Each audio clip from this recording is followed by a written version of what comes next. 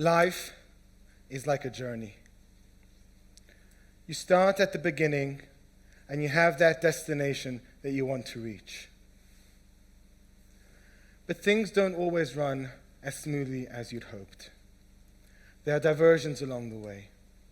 And sometimes you may even hit a roadblock. There's an assumption that when somebody loses their job, it's serious, but perhaps not disastrous. I, at a very young age, learned the consequences of not being able to answer the question, what do you do? Not having a job, not having a business, are far-reaching and profound. When I was 11 years old, a young boy, I lived in South Africa with my mum, my dad, and my little sister. My mother had just been diagnosed with a terminal illness. My parents were going from doctor to doctor, from treatment to treatment, but nothing was working.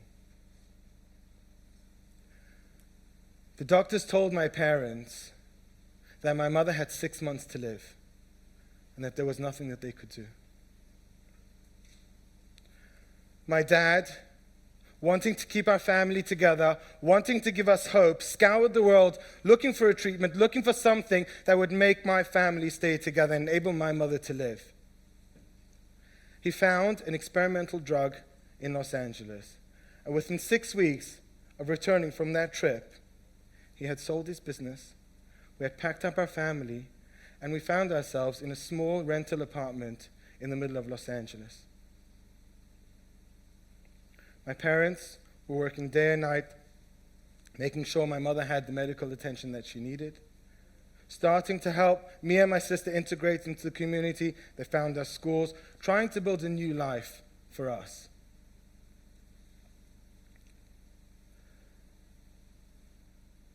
The first week, my mother went to shul. The people were very welcoming. But Los Angeles, arguably one of the most materialistic societies in the world.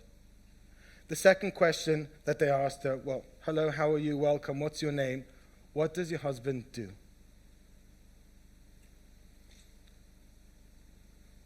She didn't have an answer. This was a tall, proud woman who at that point felt so undignified and so ashamed. The second time she came to shul, the same thing happened. Hello, welcome, welcome to town, what's your name? And that inevitable question of what does your husband do? What he was doing at the time was doing all he could to make sure that my mother stayed alive, to make sure that my family had a future. But that's not the answer that that woman was looking for. The third time, the same thing happened. What does your husband do? My mom turned around to the lady and said to her, my husband's retired. Suddenly, that expression on her face changed to one of acceptance. Oh, retired. You must be somebody.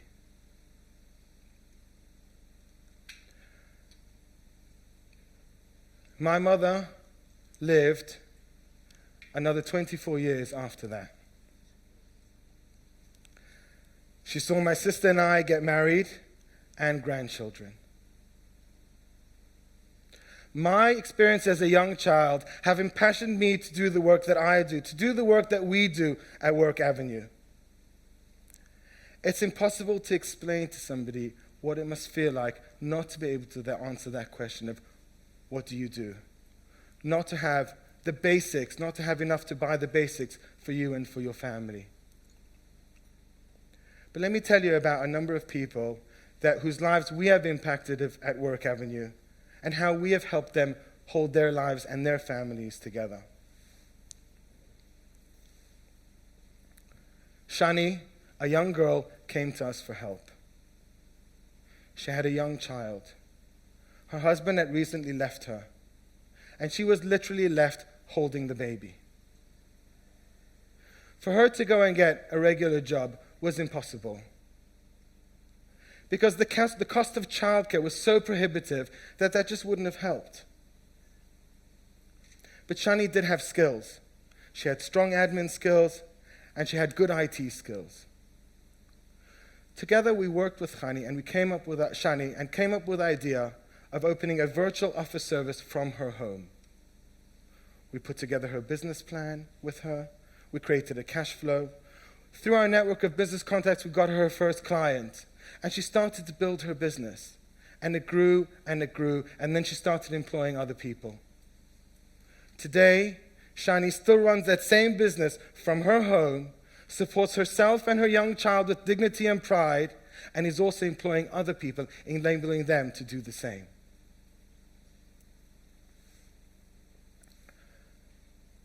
Some people start off life with one hand tied behind their back. Some people with two. David was a young man who came to us asking for help. He had a business. Now, David's native tongue was not English. I suppose in today's world, some would say he was unemployable. We sat with him, we looked at that business, we analyzed that business.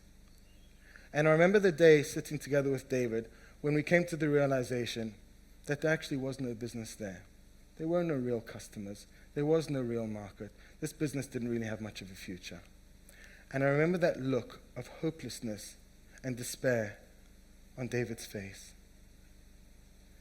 He looked to me and said to me, "Shraga, what should I do?" I said to him, "No." I said, "I'm not going to tell you what to do. You need to decide what you want to do."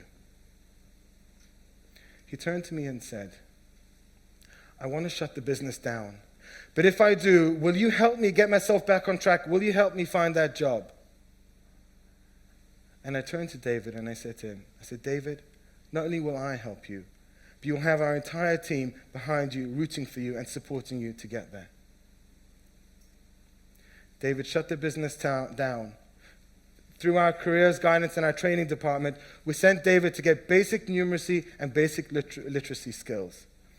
Now you have to remember, David was a man in his early 30s, studying numeracy and literacy with people much younger than he was. He finished that course and came back and he said, "Okay, I've done it. Now what?" David has a fantastic personality. His interpersonal skills are second to none.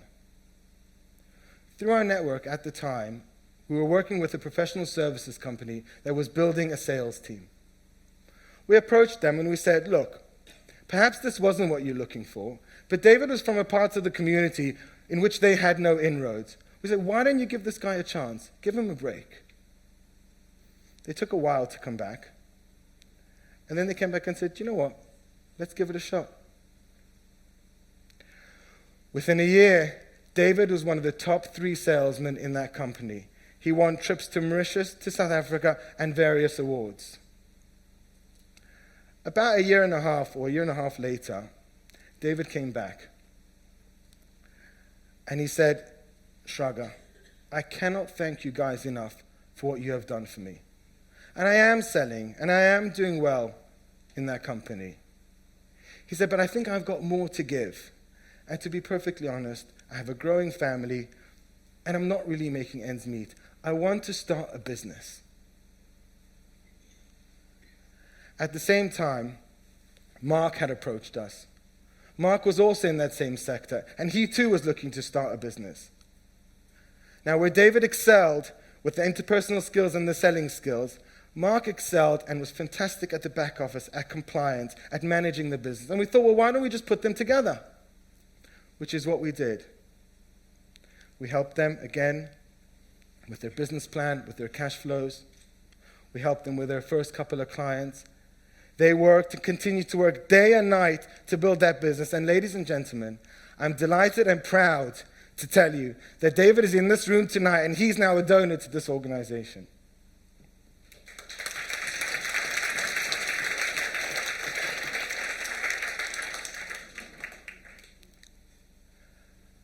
I think to myself sometimes, when was that moment when I stood back and thought, wow, what a privilege it is to be doing my job. The satisfaction that you get. And I can really take it back to one Friday afternoon Let me tell you the story. Aaron, a young man in his mid-20s, approached us for help. He had gone from interview to interview and couldn't secure the job that he needed. Aaron had a severe stammer. At the same time, Aaron had a young wife, and they were having difficulty starting a family. And the fertility treatment that they were having was so expensive. But Aaron didn't want to give up on his family, and he wanted to get that job. And he came to us and he said, please, can you help? Through our training department and our careers guidance, we decided together that perhaps Aaron should qualify as a bookkeeper, which is what he did. He did that course diligently and qualified. He came back and said, Shraga, look, you know the problem that I have. You know the difficulty that I have. How am I going to get that foot through the door? How am I going to secure that job? At the time, through our network of contacts, there was one company looking for a bookkeeper. We approached them and we said, look, we have no question Aaron can do the job. But he has a disability. It's difficult for him. We're looking for you to give him a break, to give him a chance. If he can't do the job, you don't have to keep him, but give him a chance. Aaron went to meet them, and then they were thinking about it. And I remember that Friday afternoon, I was sitting in my office together with Aaron, and we got that call offering Aaron that job. As we were walking out, going home, I turned to Aaron and I said to Aaron, have a good Shabbos.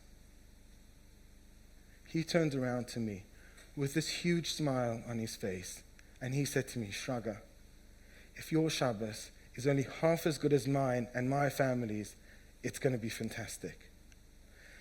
That feeling that I felt at that moment cannot be explained and is incomparable. That satisfaction to know that you have given him and his family hope is something that just is unbelievable. Today, Aaron lives in Manchester. He owns his own home. He has a good job. He and his wife adopted a young little girl, and 12 months later had a baby of their own. He's a proud homeowner, family man with a great job.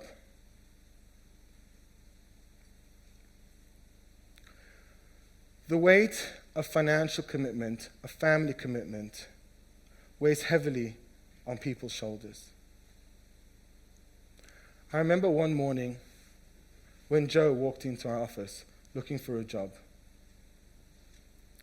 He was dressed in his suit and his tie, carrying his briefcase.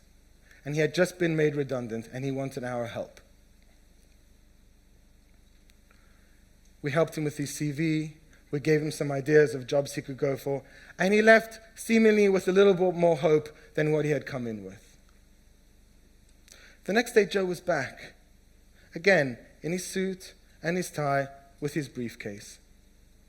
He said, look, I'm looking for a job. I need a computer to sit at. Would you mind if I used your offices?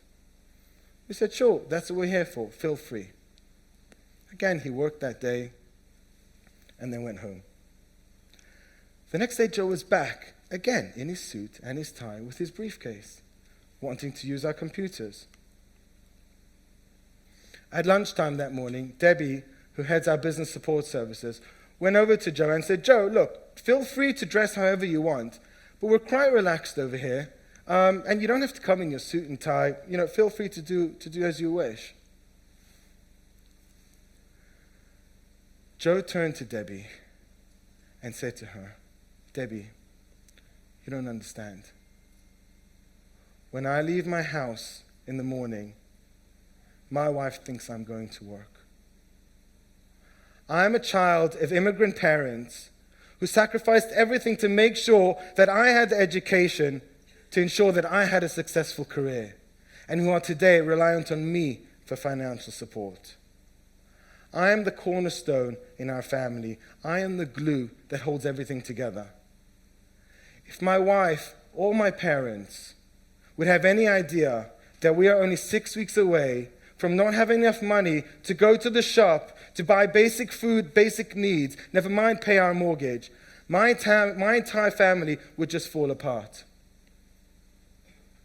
That's why every morning I get up, I get dressed, and I go to work. When Shannie, David, Aaron, or Joe walk into our offices, we don't see a person looking for a job. We see them, perhaps their partner or spouse, sometimes their children, maybe even their parents. We see a whole family. By doing what we're doing, by getting them back on track, we are saving their lives. We are keeping their families together. We are enabling them to live. Imagine for a moment, through no fault of your own, and just due to life circumstances, you were to find yourself unable to afford the basic needs of your family, without a job, without a business, without any hope. Wouldn't you want to have a work avenue to go to? Thank you.